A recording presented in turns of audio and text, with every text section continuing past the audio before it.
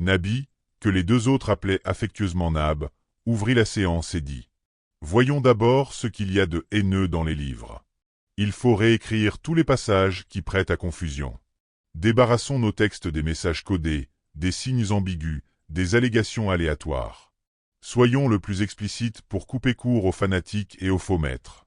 Je propose qu'on respecte la chronologie et qu'on commence par la Torah chère Mos. Quand dis-tu? Tout à fait, mon cher Nab. Alors, sans tarder, voici les extraits qui posent problème. Il y en a beaucoup. Je précise que nombre d'entre eux ne figuraient pas dans la version originale. Ce sont des rabbins mal intentionnés qui les ont ajoutés dans leur Talmud pour sanctifier la race juive et humilier les autres. Vous les connaissez tous, bien sûr, mais je vous les rappelle à vous et surtout aux terriens. Le Coran ne dit-il pas rappel? Car le rappel est bénéfique aux croyants, n'est-ce pas Nab? Tout à fait cher Mos, tout à fait. Et puis, ceux qui estimeront que c'est long et lassant n'ont qu'à zapper. Zapper? C'est quoi ce mot, Nab? Questionna Messi. Demandez à Mehdi. C'est quoi apé, Mehdi? C'est un mot terrien qui veut dire passer à autre chose. On apprend tous les jours, ajouta Moshe, même après notre mort. Enfin la mienne et celle de Nab. Toi, Mess, tu es encore vivant. Ni vivant ni mort. Je suis suspendu entre les deux mondes. Ainsi en a voulu le bon Dieu, précisa Moshe, et c'est toi qui l'as choisi pour rétablir la vérité sur terre. Maintenant, relisons tout ce que nous devons éliminer. Et ceux qui trouveront cela barbant n'ont qu'à ap. Comment tu disais Mehdi? Zappé. Oui, c'est ça, apé. Voici donc les hérésies du Talmud. Je les ai divisées en 4 parties. 1. Les non-juifs sont tous des animaux. 2. Les juifs peuvent voler les non-juifs. 3. Les juifs peuvent tuer les non-juifs et 4. Les non-juifs sont impurs. Comme c'est trop long, et que vous risquez de somnoler, je ne vous en citerai que 10 de chacune. Pourquoi 10 et pas 12? Demanda Messi, malicieux. Je te laisse les 12, mon cher, répliqua Moshe, espiègle. Et si on commençait les gars? Réclama Nabi, impatient. Fissa Sidi Nab, bredouilla Moshe en ébauchant un sourire narquois. Je commence. Voici donc une infime partie des absurdités qu'on lit dans le Talmud. 1. Les non-juifs sont tous des animaux. Un non-juif est comme un chien. Les Écritures nous apprennent qu'un chien mérite plus de respect qu'un non-juif. Talmud, Roger Rachiero. 22-30. Les Juifs ont le droit d'être appelés hommes, pas les non-juifs. Talmud, Yébamot 61a. Il faut remplacer les serviteurs non-juifs morts, comme les vaches, ou les ânes perdus, et il ne faut pas montrer de sympathie pour le juif qui les emploie. Talmud, Yor Dea 377, 1. Les âmes des non-juifs proviennent d'esprits impurs que l'on nomme porcs. Talmud, Jalkut Rubni Gadol 12b.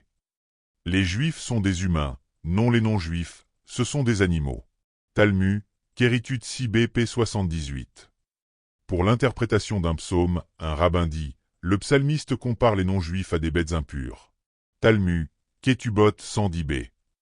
Les non-juifs et les animaux sont utilisés de manière équivalente dans une comparaison. Talmud, Orak Chaim 225, 10. Même qu'un non-juif a la même apparence qu'un juif, il se comporte envers les juifs de la même manière qu'un singe envers un homme.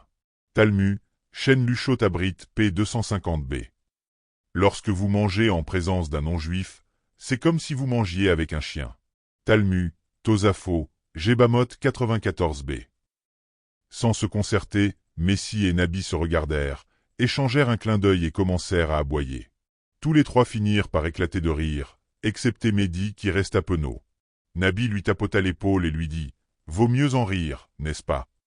La question ne requérait aucune réponse, suite à quoi, Moshe, après avoir essuyé les larmes de l'hilarité, reprit sa voix grave et réclama du silence pour qu'il puisse continuer.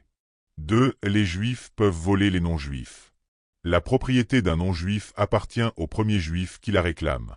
Talmud, Baba Batra 54b.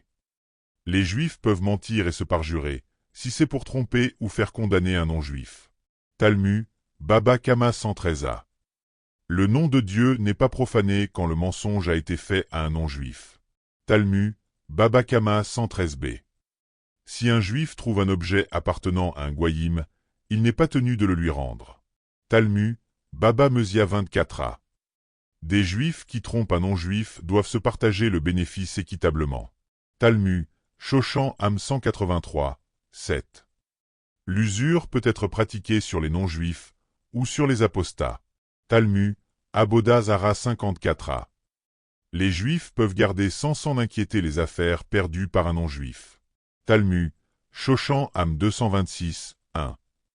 Si un juif a la possibilité de tromper un non-juif, il peut le faire. Talmud, Yor Dea 157, 2 Aga. Les incroyants ne bénéficient pas de la loi et Dieu a mis leur argent à la disposition d'Israël. Talmud, Baba Kama 113a.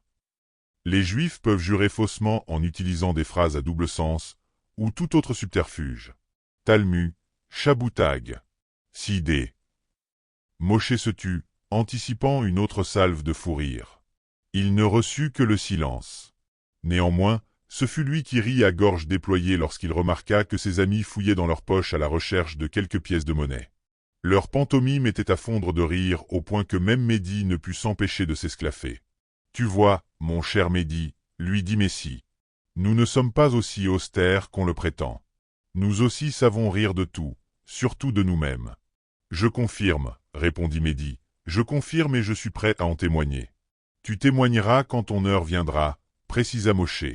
Pour l'instant, écoute la suite, c'est du lourd. » Puis, s'adressant à ses amis, « Et vous deux, arrêtez de m'interrompre avec vos gamineries et laissez-moi aller jusqu'au bout de ma lecture. »« À vos ordres, sœurs, » répondirent les deux compagnons tout en singeant un namasté et en se prosternant ostensiblement. « Vous êtes incorrigibles. Tant pis, je me lance. 3. Les Juifs peuvent tuer les non-Juifs. » À suivre. Extrait 2 du 4e livre de Mokhtar Chaoui. En coédition. Le Lys bleu en France. Virgule édition au Maroc.